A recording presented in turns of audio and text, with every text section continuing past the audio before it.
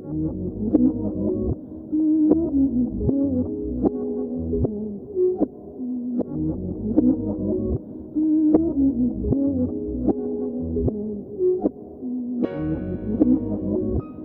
give me a signal. Told her give me. So this is what we're putting together today. Again, these are our beef short ribs. I do have a lot here. I'm cooking for today and for some leftovers for tomorrow, so I don't have to cook tomorrow. We are using carrots, chopped carrots. We're using chopped celery. We're also using about 15 cloves of chopped garlic. You know I love my fresh garlic. You know that. I also have here one red bell pepper cut, as well as two medium-sized onions that I just cut up. No rhyme, no reason, just cut them up. I also have here my house seasoning. Y'all know what this is. Our house seasoning. That's what we're doing it with today. As well as some sprigs of fresh thyme that we're going to add into our beef short ribs. So, let's get started. I've already washed our beef chuck short ribs in cold water, patted them dry. All right, so I have the bone side up. So you know the first thing or the next thing we want to do is go ahead and season our short ribs. So of course with our house seasoning, we'll go ahead, go in, season them. You know I like seasoning generously. You know I don't do the light seasoning. You know I like to taste seasoning on my food. So lightly if you want, but I prefer generously. That means heavy. All right, so that's one side. Now we're just going to flip them over and we're going to season the other side. Now you know I cook for a lot of people, but today I'm not having to do that. Everybody's doing their own thing today. So I figured if I'm going to make dinner, I might as well make dinner for today and have some leftovers for tomorrow. So I don't have to cook. So we're just going to flip them over and get the other side seasoned. And this is about 9.5 pounds of short ribs. You know, I go to the, big wholesale store and, get this all ready to go. And I brought 2 packs. So they look pretty good. I haven't cooked them in a while. So I figured why not? Just something different. So you want to make sure that you get them all seasoned top and bottom. Get ready for that hot frying pan over there because we're going to sear them once we finish seasoning them. All right, season's all gone. So let's get over to this hot frying pan and get these seared. We have our skillet ready to go. You know, of course, I already had it heating up, so it's hot and ready to go.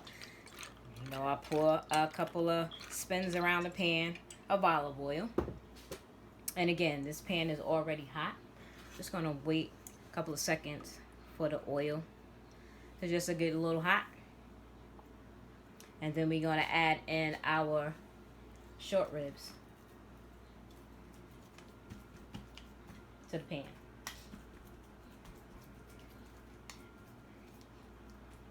All right.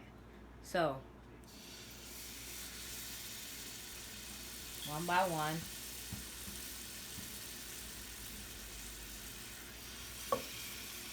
we add in our ribs.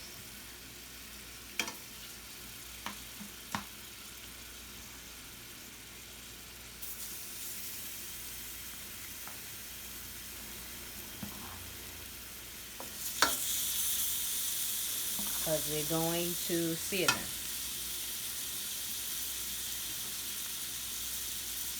And I have turned my fire up. We're not going to put too many in there because we don't want to crowd our pan. We want these to sear, not steam. And if you overcrowd your pan, that's what's going to happen. They're going to start to steam and not sear for you. So we're going to sear these on each side for just about 2 or 3 minutes. And then we're going to transfer these into our oven. But first, we have those vegetables that we're also going to put in our pan here and get up all that nice seasoning that's on the bottom of the pan. So stay tuned. It's been 3 minutes. And now I'm going to flip them to the other side and sear this side for about 3 minutes as well. Then move them over to our... All of the beef chuck short ribs are out. This is what's left. All that is flavor right there. You see? All that's flavor. I don't want to get rid of that. I want to use that. Okay? So let's begin to add in our vegetables. We start with our onions and red peppers. I'm going to add that in to help bring up all that flavor in the bottom of this pan.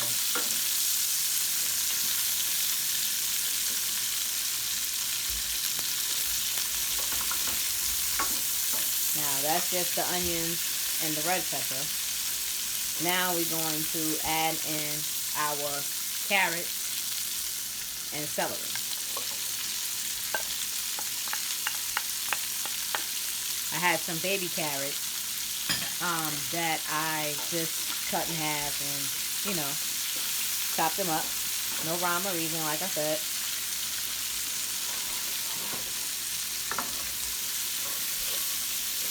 So I'm going to let this saute down some before I add in some liquid to this.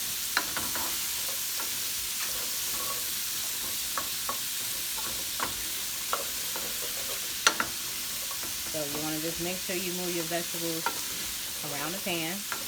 Remember, this is still going to cook in the oven along with the meat. So I'm not looking to, like, you know, have these cook all the way down. I just want these here now to help bring up, you know, all the flavor from the bottom of the pan.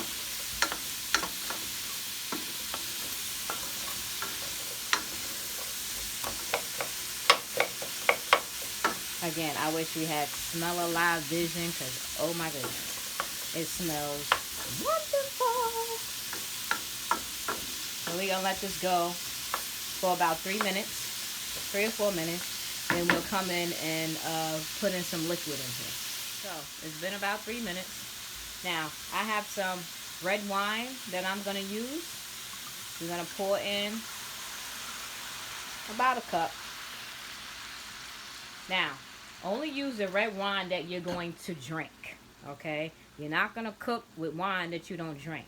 Now, the red wine that I use, it has like a mixture of Merlot, Cabernet, Sauvignon, and excuse me if I'm pronouncing this word wrong, but I think it's Sangiovese. All those mixtures in this red wine, it tastes great. And again, I use about a cup. Now, I'm going to go ahead now and add in our 15 cloves of garlic. This is like the highlight for me right here. You know I love my fresh chopped garlic.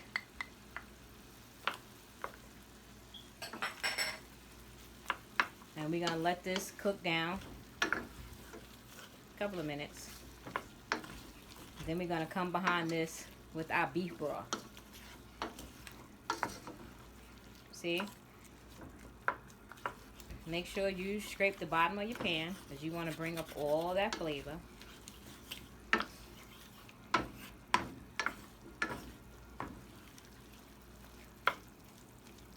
I add the garlic in last. You know, you don't want the garlic to burn. So I add that in last because, again, it's still going to cook in the oven. And I'm not cooking these vegetables all the way down. Just for a couple of minutes. That's all. So, 3 minutes have passed. Now I'm going to come in with some beef broth. I have about 4 cups of beef broth that I'm going to pour in to also help deglaze the frying pan.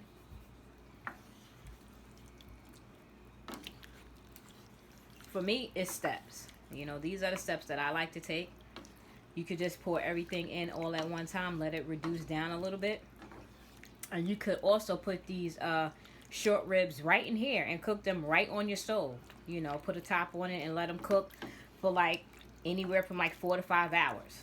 But we're going to actually take these and we're going to put these in the oven. So we're going to cook anywhere, you know, from like 2 to 3 hours on 400 degrees. And of course, you know, I have the oven preheating. 400 degrees. So I'm going to leave this for about another 3 minutes. Bring this up to a simmer. And we're going to go ahead and put our meat and vegetables in a pot. Excuse me, in a pan to put in the oven. Be back. It's been about 4 minutes. Now I'm going to add our final ingredient to this. I have a 14.5 ounce can of petite diced tomatoes with garlic and olive oil. I am going to add the whole can in there. That's another level of flavor. Before we put this all together and put it in the oven. Now, again, that's optional. I just like it, you know, in my short ribs.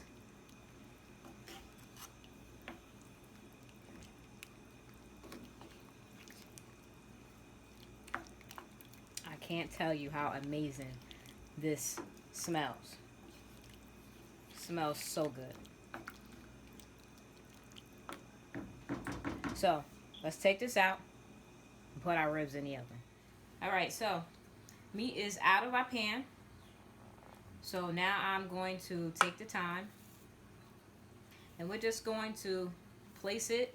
Well, we're going to take it and put it under our meat. I'm just going to place it here first.